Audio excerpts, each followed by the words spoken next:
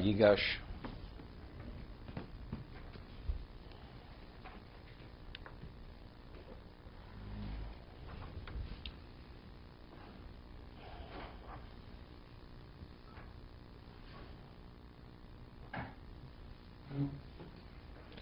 Vayigash elav Yehuda.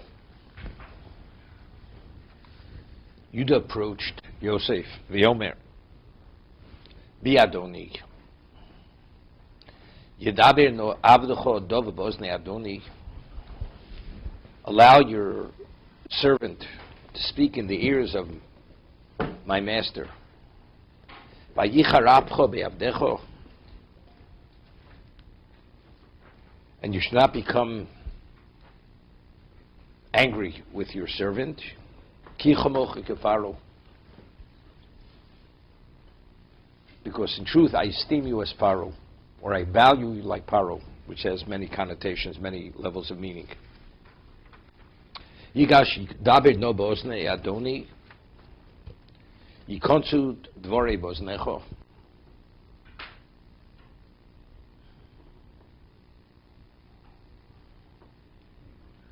In certain ways, it's a little bit of arrogance. You say to the monarch, please pay attention to me. You understand? It's up to him what he wants to, what he doesn't.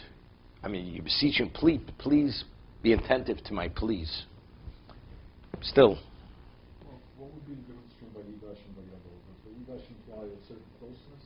No approach. It's almost like it's you're approaching him. He's asking to be pardoned, to pardon himself that he shouldn't be upset with him. It's evidently speaking to him pretty strongly.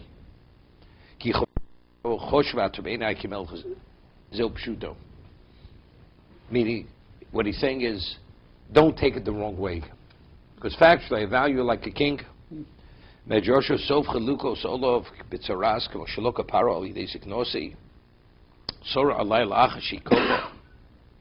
Ultimately, you'll be smitten with leprosy like your predecessor, Paro, who had withheld Sarah for one evening, one night.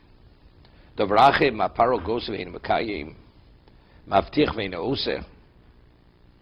as Paro, he decrees and he doesn't fulfill the decree. He promises and doesn't do. Afatokein. You have to say, first of all, where does Paro do that? He's just as Paro. I mean, whatever happened in Mitzrayim, I mean, he gave because the hour he didn't take it back. And what we find Paro is Gozavein Makayim. V'chizu hisim asayin sha'amartos lo simein cho'olov. How do you answer that one? Ma Paro Gozavein Makayim. David, what do you say on that one? So I was thinking, the whole story of the Sarah Mashkim, when Yosef asked him a favor, so quotes the Pasuk in Tehillim, that you can't put your faith in Rehovim. And Chazal who are Rehovim? Rehovim Elu HaMitzrayim. They are the Egyptians. You cannot rely on them. Their word has no value. As a result of that, who epitomizes the essence of the people? That's the king. So that's already, based on that, it's Goyzavein Makayim. Essentially, he doesn't know he's speaking to Yosef, but actually, Yosef was the brunt of this. He learned the lesson well, right? Good. The word has no value whatsoever. That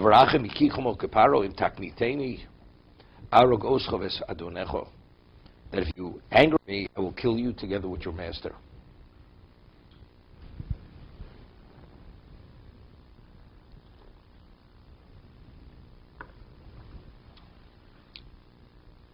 If you remember last week's parsha, when he originally accused them of being spies, and they said, no, we're all from the same one, children of the same father. We came to look for our brother who was sold into slavery, and we came to ransom him, wherever he may be. So Yosef asked them, what happens if they don't release him? Right? They don't release him? Not part of it. So what did they answer Yosef? Howard? want to trade. He said, So they said, we came to kill or be killed. yeah. We came to wipe out Egypt if we have to. So he said, that confirms your spies. So you're coming here to make trouble, right? And they were open with him. And that they said it is anyway, how do you say such a thing? Right? You come to kill or be killed if they don't release him. So he says, Takniteni oschovis adonecho. Again, Yosef, although he doesn't know this is Yosef, he understands. Evidently, if they said it then, that means they have the ability, if they want, they can. Or damage Egypt very seriously. So minimally, he's able to kill him. He says, if you enrage me, you upset me, arogoscho ves adonecho. You go ahead, Howard. But this is kingship talking. This is just like he confronted the truth with Tamar. So here again, he's confronting the truth. I'm going to defend the point. He's showing his mettle, so to speak. It sounds like that. Against all odds, this is what I'm going to do. Against all odds, and we know people like that. Okay, you know what it's called? Going head first. You see, you have a concrete wall 25 feet thick. Howard, head first. That's what you tell me. The metal. Well, what does Tomer have to do with Yehuda was the king. Here you're up against the king. You're up against the most powerful person in the world, Yosef al-Mashbir. He's the viceroy of Egypt. Who are you talking to? Because he's saying truth. He's responding He's to saying truth. The Tsar was here. You speak truth to him. What he had? He'd exiled 5 million Jews to Siberia. What are you talking about? Speak the truth. A man like Sharansky, Okay. Well, it's managing getting in nonsense. Okay. Adoni Shoal.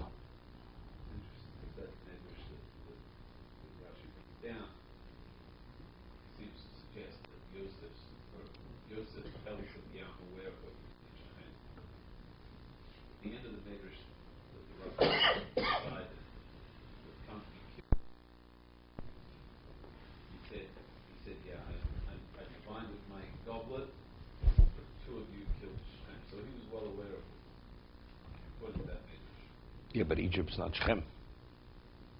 Egypt is not Shechem.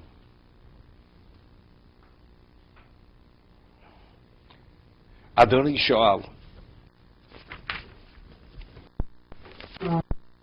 Avodov Lemor. Hayesh Lechem Och. Ovuach.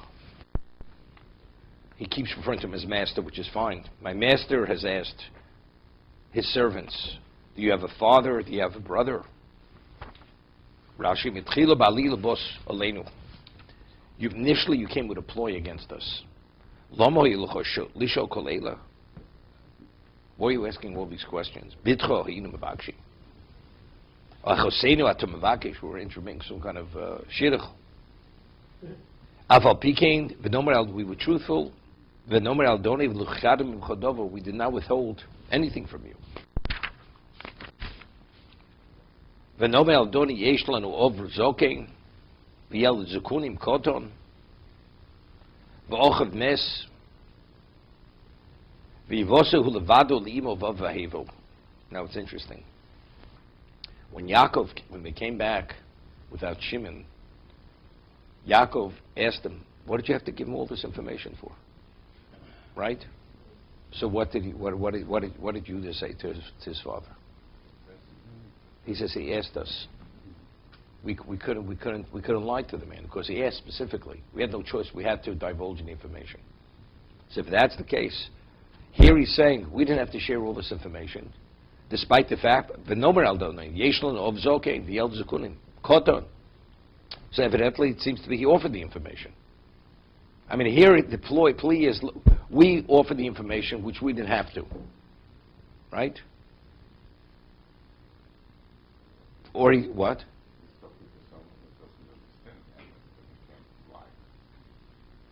No, but originally I'm saying. Originally, he said to Yaakov, we had no choice. We had to divulge it. We had to. What do you mean we had to? If it's a question, he didn't have to divulge it. So evidently, he had to. He asked in such a direct way, he had no choice but to divulge it because they were accused of being spies. So the only way, the chance to vindicate themselves, to remove their suspicion, he had to share that information. Now he's saying to Yosef, You know, you asked this, and we said, we responded. In every detail which you asked.